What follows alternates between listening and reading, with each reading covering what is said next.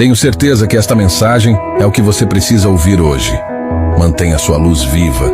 Não deixe a luz que existe dentro de você se apagar.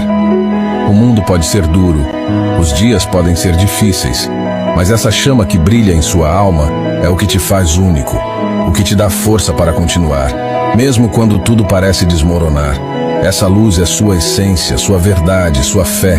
Ela ilumina o seu caminho e também o de quem está ao seu redor. Nos momentos de incerteza, lembre-se de que é essa luz que te guia, que te faz seguir em frente, que te lembra do seu propósito. Não permita que os desafios da vida apaguem essa chama. Alimente-a com esperança, com amor, com a certeza de que dias melhores virão. Quando tudo parecer escuro, lembre-se que você é capaz de brilhar, mesmo nas noites mais escuras. Mantenha sua luz viva, porque o mundo precisa do seu brilho, e você merece viver a plenitude de quem realmente é.